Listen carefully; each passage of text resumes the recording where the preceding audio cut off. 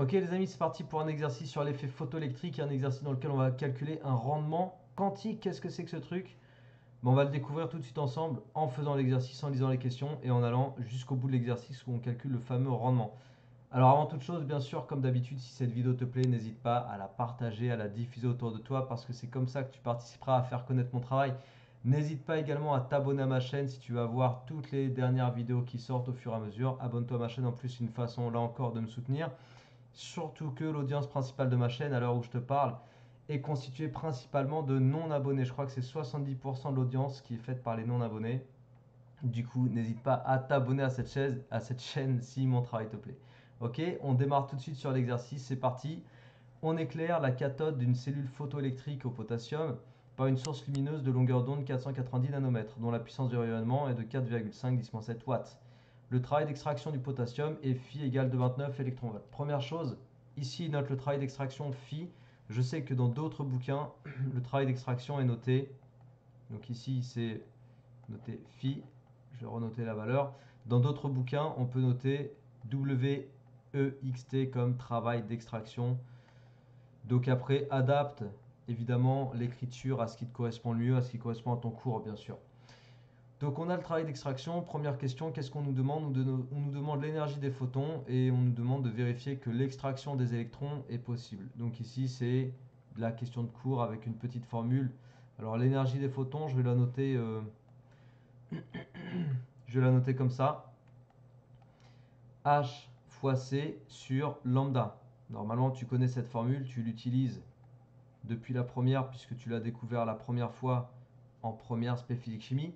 Donc après H, ah oui, H n'était pas rappelé ici, j'ai pas mis les valeurs, donc c'est 6,63 10 moins 34, unité SI, unité du système international.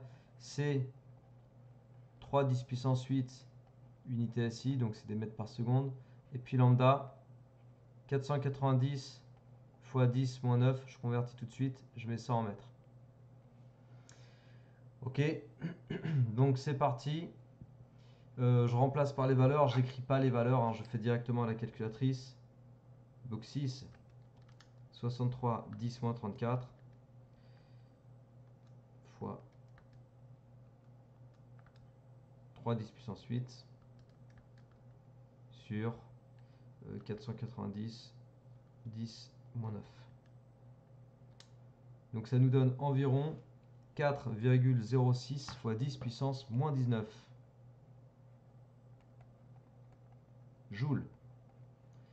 Si tu veux vérifier que l'extraction est possible, il faut vérifier si l'énergie transportée par les photons est supérieure au travail d'extraction. Donc ça, je vais l'écrire en rouge, en violet. Il y a extraction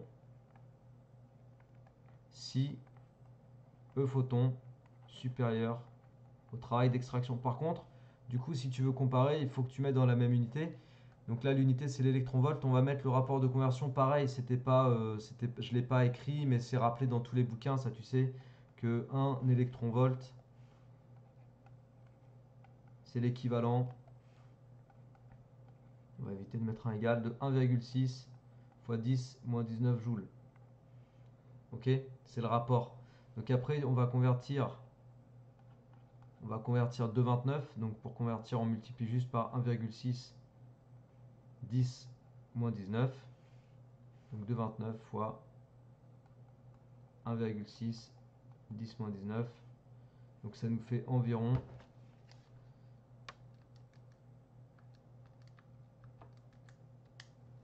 3,66 10 moins 19. Ok, donc l'énergie transportée par les photons est bien supérieure au travail d'extraction. Donc il y a bien extraction. Ok, voilà, rien de compliqué là-dedans, c'est ton cours, on applique ton cours. Juste savoir, juste savoir ressortir cette formule par toi-même. Après, le rapport de conversion, ça se sera donné. Évidemment, ces valeurs-là, normalement, elles te sont données. Enfin, pas la conversion du lambda en mètres, ça, il faut savoir faire, hein, bien sûr, passer de nanomètre à mètre. Et puis, voilà, savoir surtout appliquer ton cours. Ici, on est dans l'application du cours, là, hein, d'accord?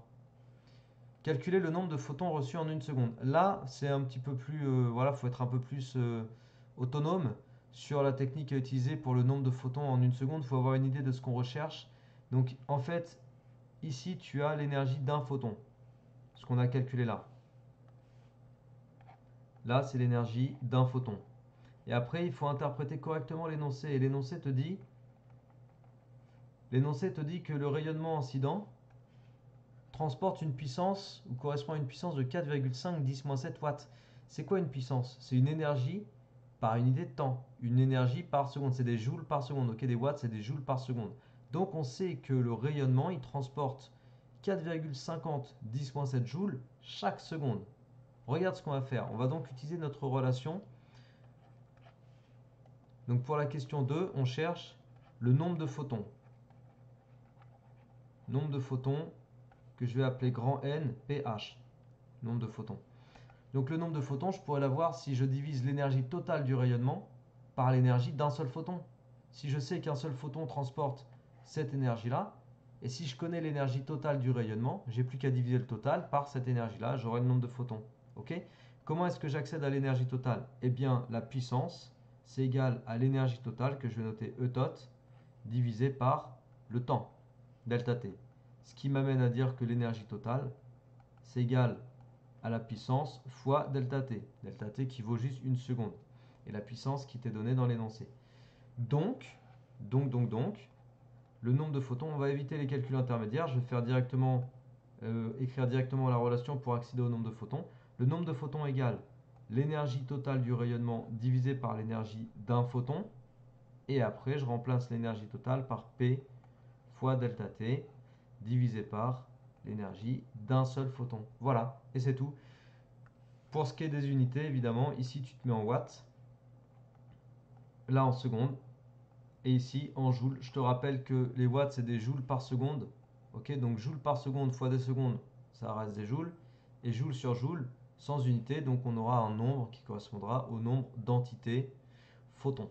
Ok, donc après on fait le calcul, 4, donc P c'était 4,5 10-7 fois delta T, donc fois 1, divisé par E photon, donc divisé par ça. Ok, allez on y va.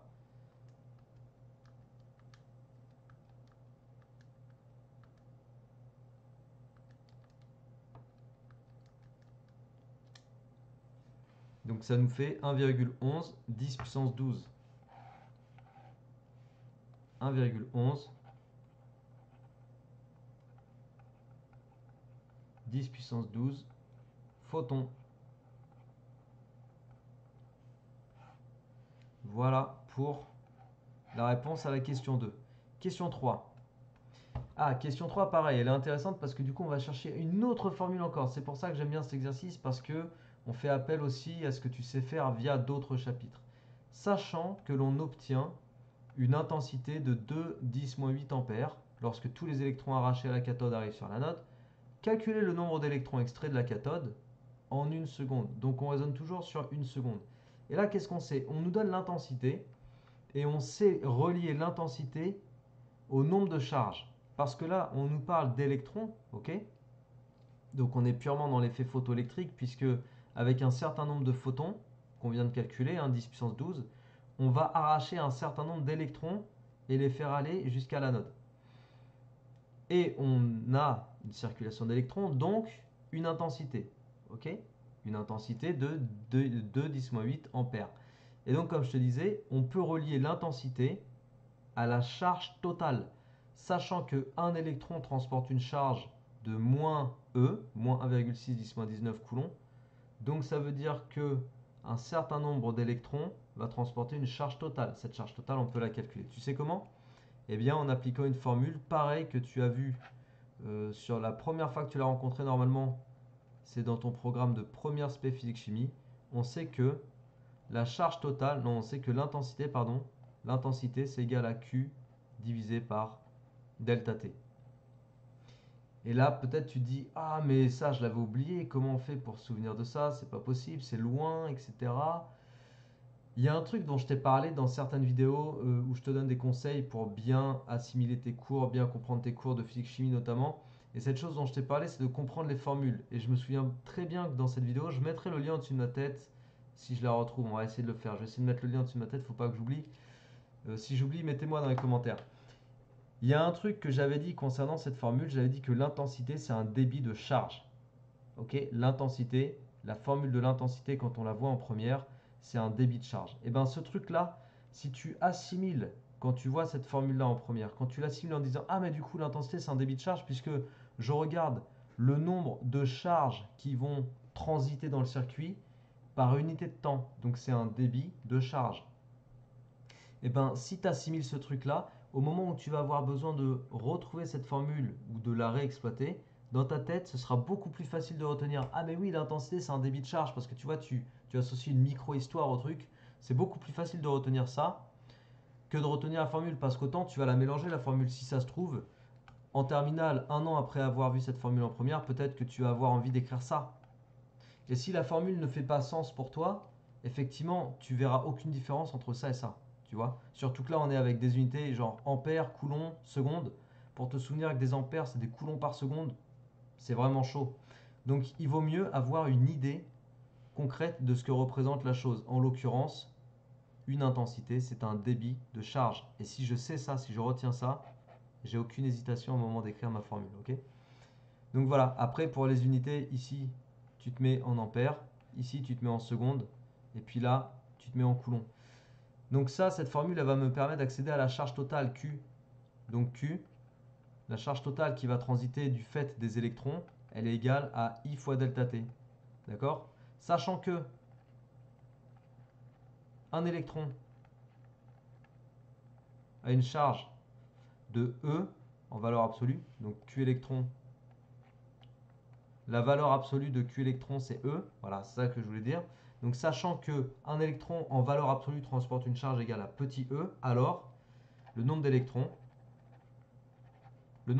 qui vont transiter dans mon circuit du fait de l'effet photoélectrique, c'est égal à la charge totale, qu'on peut calculer avec I, divisé par la charge élémentaire E, qui est égale, hein, je le rappelle, à 1,6 10-19 coulombs. Voilà, voilà. Et après, donc, on fait on remplace Q déjà par I fois delta T et après, on fait l'application numérique. Ok? Sachant que I, c'est 2 fois 10 moins 8 ampères. Sachant que delta T, c'est 1 seconde. Qu'est-ce qu'ils disent? Ils disent juste 1 seconde, mais on va considérer 1,00 parce que depuis tout à l'heure, je travaille avec deux chiffres significatifs. Et eux, on va mettre, je sais plus si c'est 1,119. Bon, on va mettre que deux chiffres. Ah non, depuis tout à l'heure, je travaille avec trois chiffres significatifs, pardon.